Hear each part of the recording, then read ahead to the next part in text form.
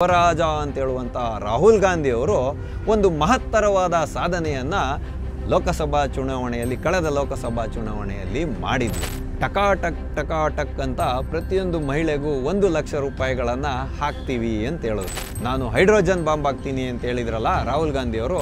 ಸಿದ್ದರಾಮಯ್ಯನವರ ನೇತೃತ್ವದ ಕಾಂಗ್ರೆಸ್ ಸರ್ಕಾರ ಇವತ್ತೇನು ಮಾಡಲಿಕ್ಕೆ ಹೊರಟಿದೆ? ಮತಗಳ್ಳತನವನ್ನು ಮಾಡುವುದರ ಮುಖಾಂತರ ನರೇಂದ್ರ ಮೋದಿ ಅವರು ಪ್ರಧಾನಮಂತ್ರಿ ಗದ್ದಿಗೆ ಮೇಲೆ ಕೂತಿದ್ದಾರೆ. ಹಾಗಾದ್ರೆ ಗೆದ್ದಿರುವಂತಹ ಕ್ಷೇತ್ರಗಳಲ್ಲಿರುವಂತಹ ಕಾಂಗ್ರೆಸ್ ಪಾರ್ಟಿ ಅವರು ಕೂಡ ಮತಗಳ್ಳತನವನ್ನು ಮಾಡಿದ್ರ?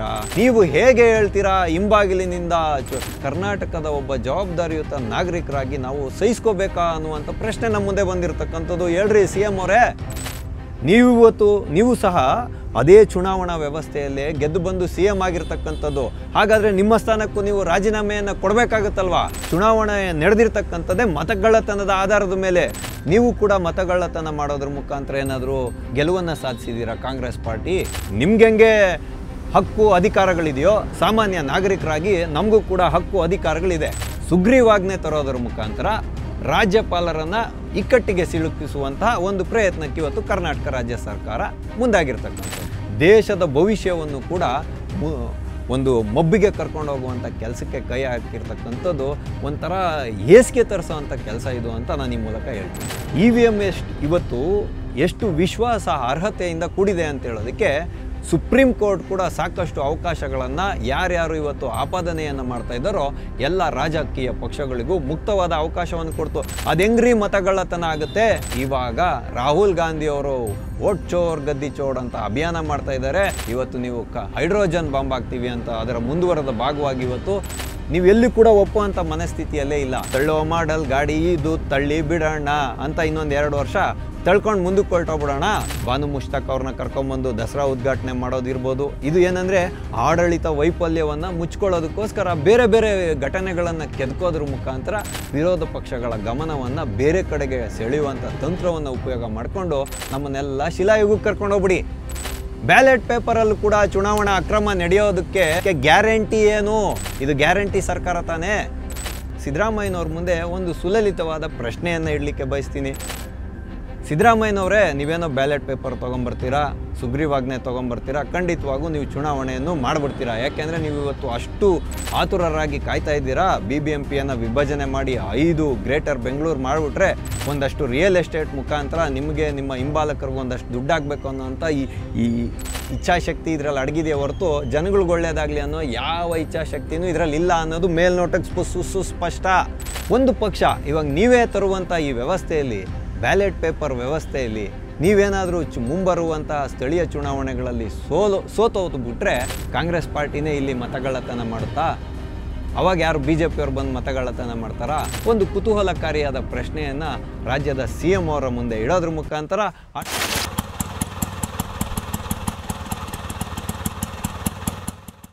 TV ವಿಕ್ರಮದ ಸಮಸ್ತ ವೀಕ್ಷಕರಿಗೆ ಆಟೋವಾಲಾ ಕಾರ್ಯಕ್ರಮಕ್ಕೆ ಆತ್ಮೀಯವಾದ ಸ್ವಾಗತ. ನಾನು ನಿಮ್ಮ ಜಯಂತ್ ಪಾಂಡೆ. ಸ್ನೇಹಿತರೆ, ಆಟೋವಾಲಾ ಕಾರ್ಯಕ್ರಮಕ್ಕೆ ನಾವಿಂದು ಆಯ್ದುಕೊಂಡಂತಹ ವಿಷಯ ಶಿಲಾಯುಗಕ್ಕೆ ಕರೆದೊಯ್ಯುತ್ತಿದೆಯಾ ಕಾಂಗ್ರೆಸ್ ಪಾರ್ಟಿ? ಹೌದು ಸ್ನೇಹಿತರೆ, ನಾನಿವತ್ತು ಈ ರೀತಿಯಾಗಿ ನಿಮ್ಮೊಂದಿಗೆ ಯಾಕೆ ಹೇಳ್ತಾ ಇದ್ದೀನಿ ಅಂತ ಹೇಳಿದ್ರೆ, ಇತ್ತೀಚೆಗೆ ಕರ್ನಾಟಕದಲ್ಲಿ ಒಂದು ಘಟನೆ ನಡೆಯುತ್ತೆ. ಕರ್ನಾಟಕದ ರಾಜ್ಯ ಸರ್ಕಾರ ತಾನು ಬಹುಮತವನ್ನು ಹೊಂದಿದ್ದೇನೆ ಅಂತ ಹೇಳುವಂಥ ವಿಷಯವನ್ನೇ ಮನಸ್ಸಿನಲ್ಲಿ ಇಟ್ಕೊಂಡು ನನ್ನ ಸರ್ಕಾರವನ್ನು ಯಾರು ಬೀಳಿಸಲಿಕ್ಕೆ ಸಾಧ್ಯ ಇಲ್ಲ ಅನ್ನುವಂಥ ಹುಂಬತನವನ್ನು ಮೆರಿಲಿಕ್ಕೆ ಹೊರಟಿರ್ತಕ್ಕಂಥದ್ದು, ಒಂದು ವಿಧವಾದಂಥ ಸರ್ವಾಧಿಕಾರಿ ಧೋರಣೆಯನ್ನು ಮೆರಿತಿರ್ತಕ್ಕಂಥದ್ದು. ಸಂವಿಧಾನದಲ್ಲಿ ನಮಗೆ ಅವಕಾಶವಿದೆ ಅಂತ ಹೇಳುವಂಥ ಒಂದೇ ವಿಷಯವನ್ನು ಇಟ್ಕೊಂಡು ಯಾವುದೇ ವಿಧವಾದಂತಹ ಕೆಲಸಗಳನ್ನು ಒಂದು ನಿಯಮಬದ್ಧವಾಗಿ ಮಾಡದೆ ಬೇಕಾಬಿಟ್ಟಿಯಾಗಿ ಹಾರಿಕೆಯಾಗಿ ಕೆಲಸಗಳನ್ನು ಮಾಡಲಿಕ್ಕೆ ಹೊರಟಿರ್ತಕ್ಕಂಥದ್ದು ಮೇಲ್ನೋಟಕ್ಕೆ ಕಂಡು ಬರ್ತಾ ಇದೆ. ಇದೆಲ್ಲವನ್ನು ನೋಡುವಾಗ ಕಾನೂನು ಬದ್ಧವಾಗಿ ಕಂಡು ಬಂದರೂ ಕೂಡ ಇದು ಸಮಾಜದ ಮೇಲೆ, ನಾಗರಿಕರ ಮೇಲೆ ವ್ಯತಿರಿಕ್ತವಾದ ಪರಿಣಾಮಗಳನ್ನು ಬೀರ್ತಾ ಇರ್ತಕ್ಕಂಥದ್ದು. ನೋಡಿ, ಇವತ್ತು ಶಾಸಕಾಂಗ ಸಭೆಯಲ್ಲಿ ಒಂದು ನಿರ್ಣಯವನ್ನು ಕೈಗೊಳ್ಳಲಾಗಿದೆ. ಅದೇನಂತ ಹೇಳಿದ್ರೆ, ಈಗ ವಿದ್ಯುನ್ಮಾನ ಮತಯಂತ್ರದ ಮುಖಾಂತರ ದೇಶದಾದ್ಯಂತ ಚುನಾವಣೆಗಳು ನಡೀತಾ ಇರ್ತಕ್ಕಂಥದ್ದು. ಆದರೆ ಮುಂಬರಲಿರುವ ಒನ್ ನೇಷನ್ ಒನ್ ಎಲೆಕ್ಷನ್ಗಾಗಿ ಪ್ರತಿಯೊಂದು ಬೂತಿನಲ್ಲೂ ಕೂಡ ವಿದ್ಯುನ್ಮಾನ ಮತಯಂತ್ರ ಇರಬೇಕು, VVPAT ಇರಬೇಕು. ತನ್ಮುಖೇನ ದೇಶದ ಎಲ್ಲ ವಿಧಾನಸಭಾ ಮತ್ತು ಲೋಕಸಭಾ ಚುನಾವಣೆಗಳು ಏಕಕಾಲದಲ್ಲಿ ನಡಿಬೇಕು ಅಂತ ಕೇಂದ್ರ ಸರ್ಕಾರ ಸತತ ಪ್ರಯತ್ನವನ್ನು ಮಾಡ್ತಾ ಇರುವಾಗ, ಅಂದರೆ ಯಾಕೆ ಅಂದರೆ ಸಾರ್ವಜನಿಕರ ತೆರಿಗೆಯ ದುಡ್ಡು ಎಲ್ಲಿ ಕೂಡ ಪೋಲಾಗಬಾರ್ದು, ಸುಮ್ಮನೆ ದುರ್ಬಳಕೆ ಆಗಬಾರ್ದು, ಮತ್ತು ಅಧಿಕಾರದಲ್ಲಿ ಸ್ಥಿರತೆಯನ್ನು ತರಬೇಕು ಅಂತ ಒನ್ ನೇಷನ್ ಒನ್ ಎಲೆಕ್ಷನನ್ನು ಮಾಡಲಿಕ್ಕೆ ಹೊರಟಿರ್ತಕ್ಕಂಥದ್ದು. ಹಾಗಾಗಿ ಇವತ್ತು ದೇಶದಲ್ಲಿರ್ತಕ್ಕಂತಹ ಪ್ರತಿಯೊಂದು ಬೂತ್ಗಳಲ್ಲೂ ಕೂಡ ವಿದ್ಯುನ್ಮಾನ ಮತಯಂತ್ರ ಮತ್ತು VVPATಗಳ ಮುಖಾಂತರ ಒಂದು ಚುನಾವಣೆಯನ್ನು ನಡೆಸಲಿಕ್ಕೆ ಸಿದ್ಧತೆಗಳು ನಡೆಯುತ್ತಿರುವಂಥ ಈ ಸುಸಂದರ್ಭದಲ್ಲಿ ಕಾಂಗ್ರೆಸ್ ಪಾರ್ಟಿಗೆ ತಡೆಯಲಾರದಂತಹ ಉರಿ ಶುರುವಾಗಿದೆ. ನೋಡಿ, ಈ ವಿಷಯಕ್ಕೆ ಹೋಗೋಕ್ಕೆ ಮೊದಲು ಒಂದೆರಡು ವಿಷಯವನ್ನು ನಾವು ಸ್ಪಷ್ಟವನ್ನು ಪಡಿಸಲೇಬೇಕು. ಯಾಕೆ ಅಂತ ಹೇಳಿದ್ರೆ, ನಮ್ಮ ಭಾವಿ ಪ್ರಧಾನಮಂತ್ರಿ ಅಂತ ಹೇಳ್ಕೊಂಡು ತಿರುಗಾಡ್ತಾ ಇರ್ತಕ್ಕಂಥ ಯುವರಾಜ ಅಂತ ಹೇಳುವಂಥ ರಾಹುಲ್ ಗಾಂಧಿಯವರು ಒಂದು ಮಹತ್ತರವಾದ ಸಾಧನೆಯನ್ನು ಕಳೆದ ಲೋಕಸಭಾ ಚುನಾವಣೆಯಲ್ಲಿ ಮಾಡಿದರು. ಏನದು ಅಂತ ಹೇಳಿದ್ರೆ, ಮೀಸಲಾತಿಯ ವಿಷಯಗಳನ್ನು ಇಟ್ಕೊಂಡು ಸಂವಿಧಾನವನ್ನು ಬದಲಾವಣೆ ಮಾಡ್ತಾರೆ ಅಂತ ಅಪಪ್ರಚಾರವನ್ನು ಮಾಡ್ಕೊಂಡು ತಿರುಗಾಡಿದ್ರು. ಅದಾದಮೇಲೆ ಟಕಾಟಕ್ ಅಂತ ಪ್ರತಿಯೊಂದು ಮಹಿಳೆಗೂ 1 ಲಕ್ಷ ರೂಪಾಯಿಗಳನ್ನು ಹಾಕ್ತೀವಿ ಅಂತ ಹೇಳಿದ್ರು. ಅದು ಅಲ್ದಿರೆ ಸಾಕಷ್ಟು ಉಚಿತ ಭಾಗ್ಯಗಳನ್ನು ಕೊಡ್ತೀವಿ ಅಂತೆಲ್ಲ ಹೇಳ್ಕೊಂಡು ತಿರುಗಾಡಿದ್ರು. ಹಾಗಾಗಿ ಈ ಮತದಾನದ ಅಂತರ ಏನಿದೆ ಅದು ಕಡಿಮೆ ಆಯಿತು. ಅಂದರೆ ವೋಟಿಂಗ್ ಶೇರ್ ಅಂತ ಏನು ಹೇಳ್ತಾರೆ, ಅದು NDA ಮತ್ತು UPA ಇದು ಇಂಡಿ ಮೈತ್ರಿಕೂಟ ಈ ಎರಡರ ಒಂದು ವೋಟ್ ಶೇರಿಂಗ್ ಏನಿದೆ ಅದು ತುಂಬ ಹತ್ತಿರ ಆಯಿತು. ಹಾಗಾಗಿ ನರೇಂದ್ರ ಮೋದಿಯವರ ಒಂದು NDA ಮೈತ್ರಿಕೂಟಕ್ಕೆ ಕಡಿಮೆ ಸೀಟ್ಗಳು ಬಂತು, ಹೇಗೋ ಸರ್ಕಾರ ರಚನೆ ಆಯಿತು. ಆದರೆ ಇದಾದ ಮೇಲೆ ಮಾಡಿದ್ದೇನು, ಮತಕಳ್ಳತನ ನಡೀತಿದೆ ಅಂತ ಹೇಳಿದ್ರು. ಪ್ರಧಾನಮಂತ್ರಿಯವರ ತಾಯಿಯನ್ನು ನಿಂದಿಸಲಾಯಿತು. ವೋಟ್ ಚೋರ್ ಗದ್ದಿ ಚೋರ್ ಅನ್ನುವಂಥ ಒಂದು ಅಭಿಯಾನವನ್ನು ಕೂಡ ಮಾಡಲಾಯಿತು. ಈಗ ನಾನು ಹೈಡ್ರೋಜನ್ ಬಾಂಬ್ ಹಾಕ್ತೀನಿ ಅಂತ ಹೇಳಿದ್ರಲ್ಲ ರಾಹುಲ್ ಗಾಂಧಿಯವರು, ಅದರದ ಮುಂದುವರೆದ ಭಾಗನ ನಾವಿವತ್ತು ಕರ್ನಾಟಕದಲ್ಲಿ ನೋಡ್ತಾ ಇದ್ದೀವಿ. ಇಷ್ಟೊತ್ತವರೆಗೂ ಸುಮ್ಮನೆ ಇದ್ದಂಥ ಮಲ್ಲಿಕಾರ್ಜುನ್ ಮುತ್ಯ ಅವರು ನಿನ್ನೆ ಒಂದು ಹೇಳಿಕೆಯನ್ನು ಕೊಟ್ಟಿದ್ದಾರೆ. ಏನಂತ ಹೇಳಿದ್ರೆ, ನಾನು ಕಳೆದ ಲೋಕಸಭಾ ಚುನಾವಣೆಯಲ್ಲಿ ಸೋಲಿಕ್ಕೆ ಕಾರಣ ಏನು ಅಂತ ಹೇಳಿದ್ರೆ, ಇಲ್ಲಿ ಅಕ್ರಮ ಮತದಾನ ನಡೆದಿರತಕ್ಕಂಥದ್ದು. ಹಾಗಾಗಿ ನನ್ನ ಹೆಸರನ್ನು ತೆಗಿರಿ ಅಂತ ಒಂದಷ್ಟು ಜನ ನೋಂದಣಿಯನ್ನು ಮಾಡಿದರು ಚುನಾವಣಾ ಆಯೋಗದಲ್ಲಿ. ಅದನ್ನೆಲ್ಲ ಮರುಪರಿಶೀಲನೆ ಮಾಡಲಾಗಿ ಅದರಲ್ಲಿ ಸಾಕಷ್ಟು ಜನ ತಪ್ಪು ಮಾಹಿತಿಗಳನ್ನು ಕೊಟ್ಟು ಹೆಸರುಗಳನ್ನು ತೆಗೆಸಿರತಕ್ಕಂಥದ್ದು ತನಿಖೆ ನಡಿಬೇಕು ಅಂತ ಇದೆ ಅಂತ ಹೇಳ್ತಾ ಇರತಕ್ಕಂಥದ್ದು. ಇವರು ಏನಾದರೂ ಹೇಳಲಿ, ಆದರೆ ಶಾಸಕಾಂಗ ಸಭೆಯಲ್ಲಿ ತಗೊಂಡ ನಿರ್ಧಾರದಂತೆ ಇನ್ನು ಮುಂದೆ ಗ್ರಾಮ ಪಂಚಾಯಿತಿ ಎಲೆಕ್ಷನ್ಗಳು ಮತ್ತು ಜಿಲ್ಲಾ ಮತ್ತು ತಾಲೂಕ್ ಪಂಚಾಯಿತಿ ಎಲೆಕ್ಷನ್ಗಳಿರ್ಬೋದು, ಮತ್ತು ಗ್ರೇಟರ್ ಬೆಂಗಳೂರು ಇವಾಗ ಹೊಸದಾಗೇನು 2024ರಲ್ಲಿ ಮಾಡೋರು ಅದಕ್ಕೆ ಅನುಮೋದನೆಯನ್ನು ಪಡ್ಕೊಂಡಿದ್ದಾರೆ. ಅಂದರೆ ಇನ್ನು ಮುಂದಕ್ಕೆ BBMP ಚುನಾವಣೆಯು ಕೂಡ ಬ್ಯಾಲೆಟ್ ಪೇಪರ್ನಲ್ಲಿ ನಡೆಯುವಂಥ ವ್ಯವಸ್ಥೆಯನ್ನು ಜಾರಿಗೆ ತೊಗೊಂಬರಬೇಕು ಅಂತ ಹೇಳ್ತಾ ಇದ್ದಾರೆ. ಆದರೆ ಇದು ನಡೆದಂಥ ಇದರಲ್ಲಿ ಮುಂಗಾರು ಅಧಿವೇಶನದಲ್ಲಿ ಚರ್ಚೆಗೆ ಕೂಡ ಬಂದಿತ್ತು. ಆದರೆ ಅದನ್ನು ವಿಸ್ತೃತವಾಗಿ ಚರ್ಚೆ ಮಾಡಬೇಕು, ಕರಡು ಪ್ರತಿಯನ್ನು ಮಾಡಬೇಕು. ಅದಾದಮೇಲೆ ವಿಧಾನ ಪರಿಷತ್ತು ಮತ್ತು ವಿಧಾನಸಭೆಯಲ್ಲಿ ಅದನ್ನು ಮಂಡನೆ ಮಾಡಬೇಕು.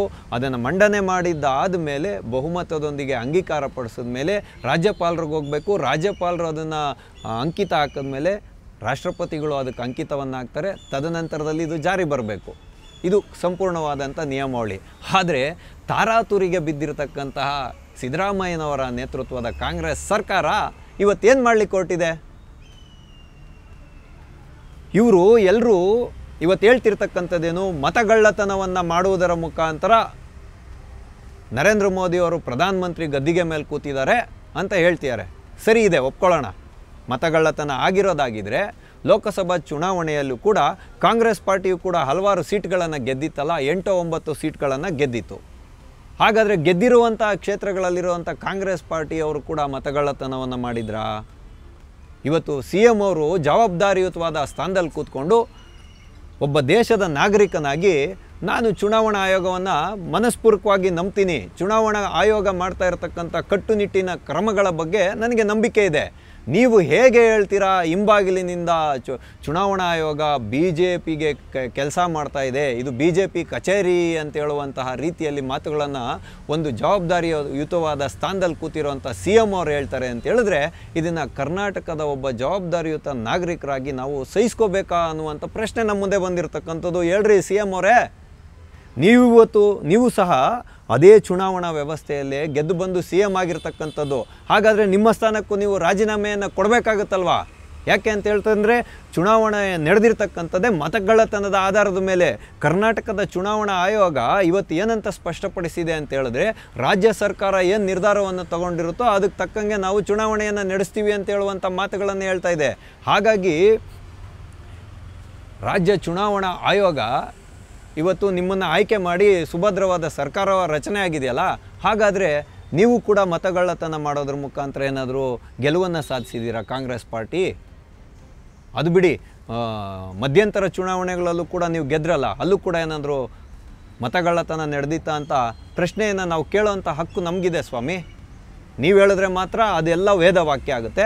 ನಾವೇನನ್ನ ಕೇಳಿದ್ರೆ ಅದು ಕೋಮುವಾದ ಆಗುತ್ತೆ, ದೇಶ ವಿರೋಧಿ ಹೇಳಿಕೆ ಆಗುತ್ತೆ, ಸರ್ಕಾರ ವಿರೋಧಿ ಹೇಳಿಕೆ ಆಗುತ್ತೆ. ನಿಮ್ಗೆ ಹೆಂಗೆ ಹಕ್ಕು ಅಧಿಕಾರಗಳಿದೆಯೋ ಸಾಮಾನ್ಯ ನಾಗರಿಕರಾಗಿ ನಮಗೂ ಕೂಡ ಹಕ್ಕು ಅಧಿಕಾರಗಳಿದೆ. ಹಾಗಾಗಿ ನಾವು ಈ ಪ್ರಶ್ನೆಯನ್ನು ನಿಮ್ಮ ಮುಂದೆ ಇಡ್ತಾ ಇದ್ದೀವಿ. ನೋಡಿ, ನಾನಿವತ್ತು ಶಿಲಾಯುಗಕ್ಕೆ ಯಾಕೆ ಕರ್ಕೊಂಡು ಹೋಗ್ತಾರೆ ಇವರು ಅಂತ ಹೇಳಿದ್ರೆ, ನಾನು ಹೇಳಿದಂಥ ಅಷ್ಟೂ ನಿಯಮಗಳನ್ನು ಪಾಲಿಸಿ ಅದು ಬಂದರೆ ಸರ್ವಾನುಮತದಿಂದ ಅಂಗೀಕಾರವಾದರೆ ಇವರು ಬ್ಯಾಲೆಟ್ ಪೇಪರ್ನಲ್ಲಿ ಚುನಾವಣೆಯನ್ನು ಮಾಡ್ಕೊಂಡು ಹೋಗಲಿ. ಆದರೆ ಸುಗ್ರೀವಾಜ್ಞೆ ತರೋದರ ಮುಖಾಂತರ ರಾಜ್ಯಪಾಲರನ್ನು ಇಕ್ಕಟ್ಟಿಗೆ ಸಿಲುಕಿಸುವಂತಹ ಒಂದು ಪ್ರಯತ್ನಕ್ಕೆ ಇವತ್ತು ಕರ್ನಾಟಕ ರಾಜ್ಯ ಸರ್ಕಾರ ಮುಂದಾಗಿರ್ತಕ್ಕಂಥದ್ದು. ತನಗೆ ಬಹುಮತವಿದೆ ಅಂತ ಹೇಳುವಂತಹ ಒಂದೇ ಒಂದು ಏಕಮೇವ ಕಾರಣವನ್ನು ಇಟ್ಕೊಂಡು ಇವತ್ತು ಬ್ಯಾಲೆಟ್ ಪೇಪರಲ್ಲಿ ಗ್ರಾಮ ಪಂಚಾಯಿತಿ ಮತ್ತು ಜಿಲ್ಲಾ ಪಂಚಾಯಿತಿ, ತಾಲೂಕು ಪಂಚಾಯಿತಿ ಮತ್ತು BBMPಯ ಚುನಾವಣೆಗಳನ್ನು ಮಾಡಲಿಕ್ಕೆ ಹೊರಟಿರ್ತಕ್ಕಂಥದ್ದು.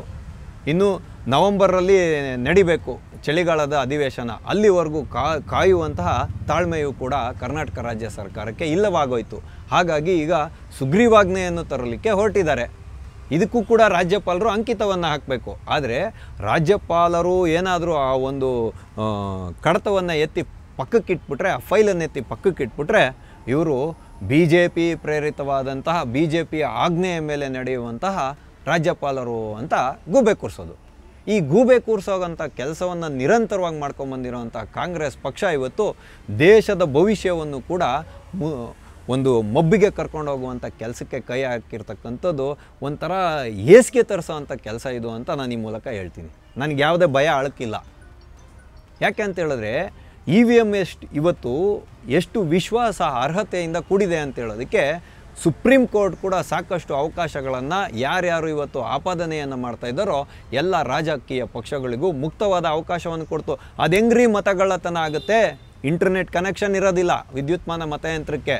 ನಾನು ಇವಾಗ ಒಬ್ಬ ನಾಗರಿಕ ಹೋಗಿ ಅವನು ಯಾವ ಪಕ್ಷಕ್ಕೆ ತನ್ನ ಮತವನ್ನು ಹಾಕಿದ್ದಾನೋ ಅದರ ಒಂದು ರೆಸಿಪ್ಟ್ ಕೂಡ ಸಿಗುತ್ತೆ. EVM ಅಲ್ಲಿರುವಂಥ ವೋಟ್ಗಳು ಎಷ್ಟು ಬಿದ್ದಿದ್ದಾವೆ ಪ್ರತಿಯೊಂದು ಬೂತಲ್ಲಿ ಅದನ್ನು ಕೌಂಟ್ ಮಾಡಲಾಗುತ್ತೆ. ಮತ್ತು VVPATಲ್ಲಿರುವಂಥ ರಸೀದಿಗಳನ್ನು ಅದಕ್ಕೆ ತಾಳೆ ಹಾಕಿ ನೋಡಲಾಗುತ್ತೆ. ಮತ್ತು ರಿಜಿಸ್ಟರಲ್ಲಿ ಎಷ್ಟು ವೋಟ್ಗಳು ಬಿದ್ದಿದ್ದಾವೆ ಅನ್ನೋದನ್ನು ಮೂರೂ ಸರಿ ಸಮಾನವಾಗಿ ಬಂದಾಗ ಮಾತ್ರ, ಅದರಲ್ಲಿ ಯಾವುದೇ ಲೋಪಗಳು ಬರದೇ ಇದ್ದಾಗ ಮಾತ್ರ ಇಂಥ ಬೂತಲ್ಲಿ ಇಂಥ ಪಕ್ಷಕ್ಕೆ ಇಷ್ಟು ವೋಟ್ಗಳು ಬಿದ್ದಿದೆ ಅಂತ ಹೇಳ್ತಕ್ಕಂಥದ್ದು ಚುನಾವಣಾ ಆಯುಕ್ತರ ಎದುರುಗಡೆ ಮತ್ತು DC ಅವರ ಎದುರುಗಡೆ ಎಲ್ಲ ಪಕ್ಷಗಳ ಒಂದು ಏಜೆಂಟ್ಗಳೇನಿರ್ತಾರೆ ಅವರ ಎದುರುಗಡೆ ಫಲಿತಾಂಶವನ್ನು ಪ್ರಕಟಣೆ ಮಾಡ್ತಕ್ಕಂಥದ್ದು. ಇದಾದ ಹೊರತಾಗಿಯೂ ಕೂಡ ಚುನಾವಣೆಯಲ್ಲಿ ಏನಾದರೂ ಅಕ್ರಮಗಳು ನಡೆದಿದೆ ಅಂತ ಹೇಳೋದಾದರೆ ಇಂತಿಷ್ಟು ದಿನಗಳ ಕಾಲಾವಕಾಶ ಇರುತ್ತೆ, ಕೋರ್ಟಿಗೆ ಹೋಗ್ಬೋದು, ಚುನಾವಣಾ ಆಯೋಗಕ್ಕೆ ದೂರು ಕೊಡ್ಬೋದು.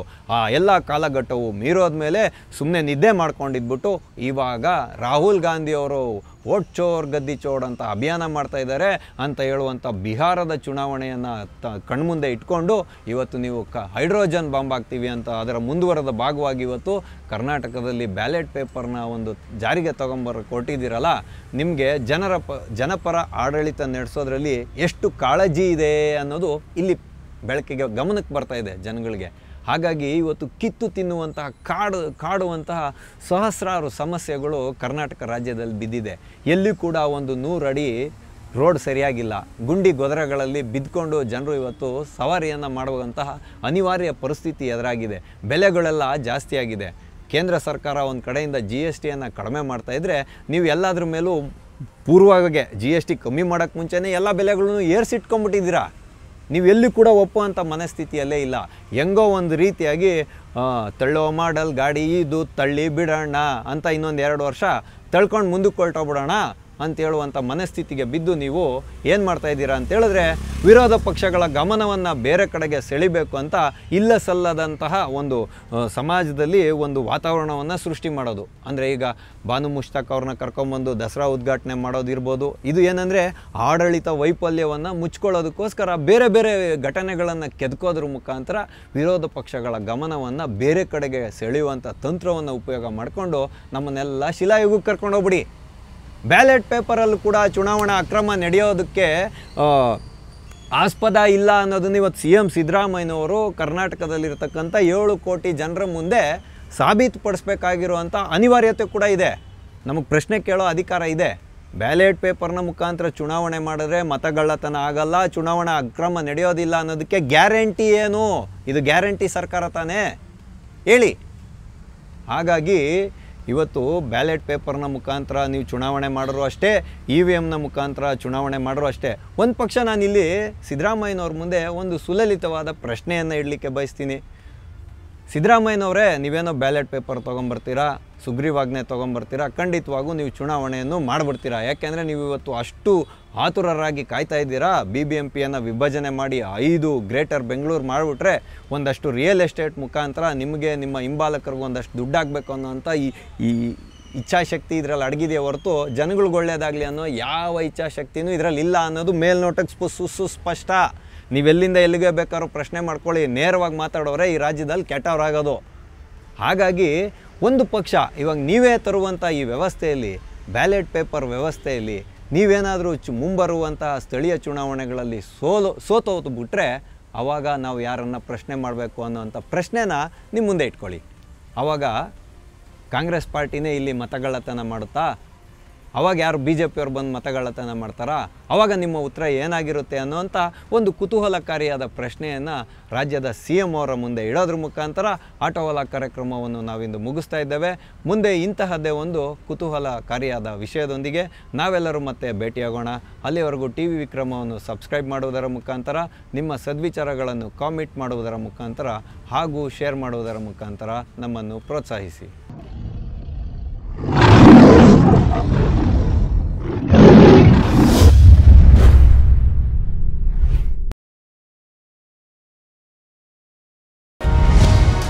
TV ವಿಕ್ರಮ, ದೇಶ ನಿಮ್ಮ ಕೈಯಲ್ಲಿ. ಈ ಕಾರ್ಯಕ್ರಮ ನಿಮಗೆ ಇಷ್ಟ ಆಗಿದ್ದಲ್ಲಿ ಲೈಕ್, ಶೇರ್ ಹಾಗೂ ಕಮೆಂಟ್ ಮಾಡಿ. TV ವಿಕ್ರಮದ ಕಾರ್ಯಕ್ರಮಗಳನ್ನು ನಿರಂತರವಾಗಿ ವೀಕ್ಷಿಸಲು ಸಬ್ಸ್ಕ್ರೈಬ್ ಮಾಡಿ, ಬೆಲ್ ಐಕನ್ ಒತ್ತಿ.